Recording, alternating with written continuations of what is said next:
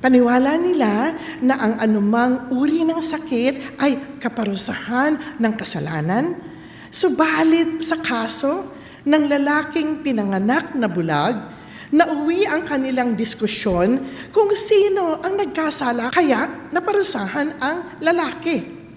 Who sinned Jesus? Sino po ang nagkasala? Kaninong kasalanan ang pagkabulag niya? Siya ba ay ipinanganak na bulag dahil sa kanyang kasalanan o sa kasalanan ng kanyang magulang? Sino ang pwedeng sisihin? Paano ipapaliwanag ang kanyang kalagayan?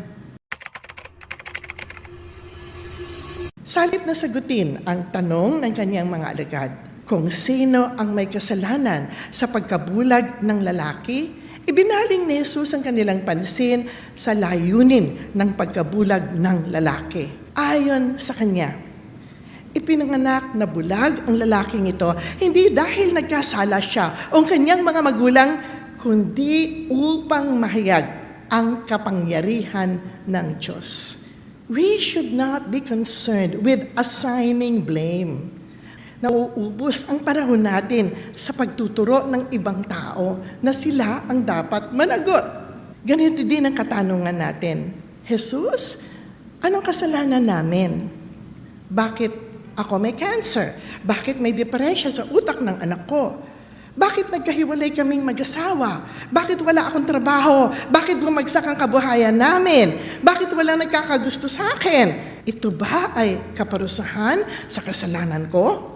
Hindi tinukoy ni Jesus ang pinagmulan ng paghihirap ng lalaking bulag. Sa halip, sinabi niya sa kanila na ang paghihirap nito ay magbibigay ng kapurihan o kaluwalhatian sa Diyos. Ayaw ng pag-usapan ni Jesus ang dahilan. Para sa kanya, ang mahalagang malaman ay dapat maging hayag sa lahat ang mga gawa ng Diyos. At hindi lamang ito basta makikita ng publiko, sa kaso ng mismong lalaki, ito ay mararanasan. Ito, mga kapatid ko, ang unang kahalagahan ng kwentong ito sa atin. Ang pagpapagaling ni Jesus sa mga bulag o sa bulag na ito ay di lamang isang simpleng himala. Ito ay isang makapangyarihang tanda ng kanyang pagkakakilanlan bilang Mesiyas at ng layunin ng kanyang pagdating. Siya ang ilaw ng sanlibutan. At ang pagbibigay ng paningin ay sumisimbolo sa kanyang papel bilang tunay na ilaw na nag-aalis ng kadiliman ng kasalanan. Kapag may nagtanong sa atin, bakit tayo dumadaan sa paghihirap? Kaninong kasalanan?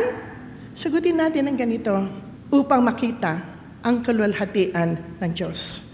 Paano natin paliliwanag ang tila malabong sagot o sagot na humihingi pa ng karagdagang paliwanag? Ituro natin sa kanila ang kwento ng lalaking pinanganak ng bulag.